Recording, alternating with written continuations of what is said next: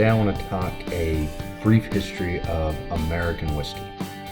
It's a turbulent one for sure. So the idea is so we know where we're at now, know where we came from. There's all kinds of myths there. There's rebellions, prohibition. It's like a phoenix from the ashes, rising from the ashes. So in the beginning, distilling was brought over by German, Irish settlers, and they were mostly distilling rye because it was what was easily available. It grew everywhere. However, it was unaged, so there's distilling clear whiskey. Shortly after the American Revolution, though, there was a whiskey rebellion in 1794 over taxes. What's it always over, right? Money. The U.S. government wanted to help pay for the war by taxing whiskey. It ended peacefully, but what that caused to some of the farmers in the Pennsylvania area where this all took place is to raft down the Ohio River to Kentucky. But let's be clear, no one knows precisely where the name bourbon comes from, who was the first to distill it, or who decided to age it in charred oak barrels. There's a lot of speculation. Certain brands even market themselves as the first bourbon, but take it all with a grain of salt. What we do know is by the 1840s, farmers were distilling whiskey from a corn mash and aging it in charred oak barrels. At the time, distilleries sold the entire barrel to bars and retailers, which led to rectifiers. Rectifiers would blend cheap whiskey with ingredients, most of the time not good for you, turpentine, that kind of thing, and then turn around and sell it for a profit because they could get more out of the barrel. It's where the term rot gut is born. So to protect the brands and products, distilleries came together and petitioned the government to intervene. This created the Bottled and Bond Act of 1897. So to be bottled and bond, a whiskey must be made by one distillery in one distilling season by the same distiller.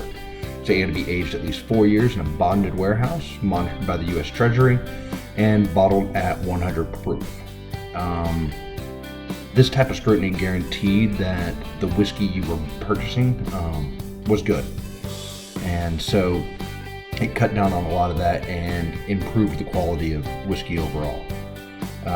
However, as most people are never truly just happy with what they got, they thought the Bottled and Bond Act was too strict. So the Pure Food and Drug Act of 1906 put a ban on mislabeled or altered food and drug products. The act did not define whiskey, though, so in 1909, President Taft created the regulatory definition. So this was just in 1909. Whiskey must be made from grain. A product that was all aged grain spirit was to be labeled as straight whiskey. And then if high proof unaged grain distillate or neutral spirit is flavored with a percentage of whiskey, it has to be labeled as blended. We'll get into the different styles of whiskey later. Just kind of want to give you some of the things that led to the progression of whiskey and where we're at currently.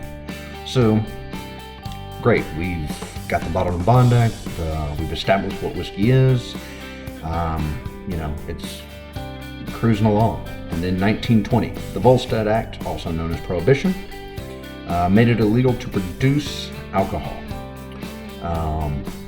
The long-term effects on the whiskey during prohibition is another story. I mean, we're still feeling some of those effects based on how they repealed it and different things like that, but it ended in 1933.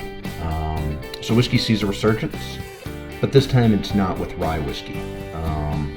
This new, relatively speaking, in terms of the whiskey world, known as bourbon, kind of was making the comeback. So in 1938, the government expanded the regulatory definition to include a new rule. That is, whiskey must be aged in new charred oak containers. So that's rye whiskey, that's a malt whiskey, that's bourbon. And the U.S. government's regulation, what they classify as whiskey, has to be aged in new charred oak. So it wasn't until '64 that the Congress designated bourbon whiskey that it had to be made in America. So this was within the, I mean, we hadn't even been very long before we truly established what bourbon is. So then the 70s and 80s saw a decline in whiskey sales, mostly due to the popularity of vodka, and the younger kids coming up thought of bourbon as their grandpa's drink and just didn't want to do it. So, however, as things started to happen, like the increase in the farm-to-table movement, craft beer, even shows like Mad Men has brought whiskey back to popularity, so much that certain brands struggle to keep up with the demand. And this is kind of where the allocation stuff comes in, that if you're looking for some rare things like Blanton's and some of the Weller line stuff. So the history of American whiskey is short in the overall terms of, the whiskey world, but it's full of stories, myths, legends. These stories are great for dinner parties. The facts are also just extremely intriguing and fun. How an individual distillery survived prohibition to shape current landscape.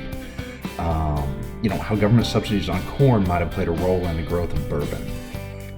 So it's always something I'm happy to geek out about. But for now, this is the short version. Until next time, cheers.